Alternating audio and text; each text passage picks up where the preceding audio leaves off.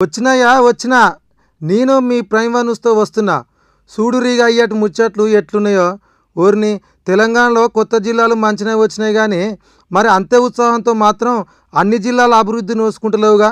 అగో గీ సిద్దిపేట నోసుకున్నట్టుగా పక్కన ఉన్న గీ జనగామ జిల్లా పరిస్థితిలో చూద్దాం రారీగా. ఊరిని జిల్లా ఏర్పడి 8 ఏళ్ల పొద్దు దగ్గరికి వస్తుంది కానీ ఎంతో ఆశగా ఎదురు చూస్తున్న ఈ నిరుద్యోగుల కోసం ఇయాటి వరకు ఒక్క ఇండస్ట్రియల్ కారిడార్ కానీ పరిశ్రమలు కానీ రాకపోయా. ఏం పాపం చేసుకున్నారు ఈ జనగామ యువత. ఊరిని అట్లనే గతంలో ఎన్నికల్లో ఇచ్చిన హామీ మేరకు ప్రభుత్వ పాలిటెక్నిక్, ఐటీఐ, నర్సింగు, ఈ కళాశాల ఆ కళాశాల అని వచ్చిన నాయకుడంలో వచ్చినట్టు చెప్పారు. కళాశాల కూడా ఇంతవరకు మొదలు కాకపోయా.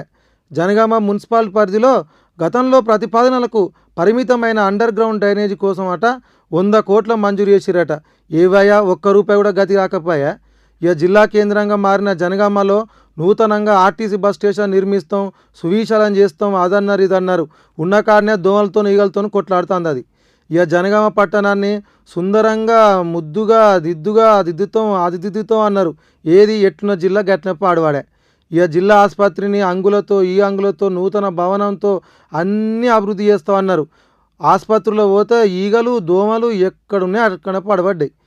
సిటీ స్కానింగ్ సౌకర్యం కోసం 6 ఏళ్ళు బట్టి ఇక్కడ ఉన్నటువంటి ప్రజలు ఎదురు చూడబట్టి అటో ఇటో ఈ రేడియాలజీ అబ్బాయి అయితే వచ్చింది కానీ అల్లనే ఈ సిటీ స్కానింగ్ విభాగాన్ని కూడా ప్రారంభించాలని ప్రజలందరూ కోరుతారు. ప్రపంచ ప్రఖ్యాతిగాంచిన పెంబర్తి హస్తకళల అభివృద్ధికి కేంద్రం నిధులు మంజూరు చేయాలని ఎంతో ఆశ చూస్తుంది ఈ ప్రజానికం.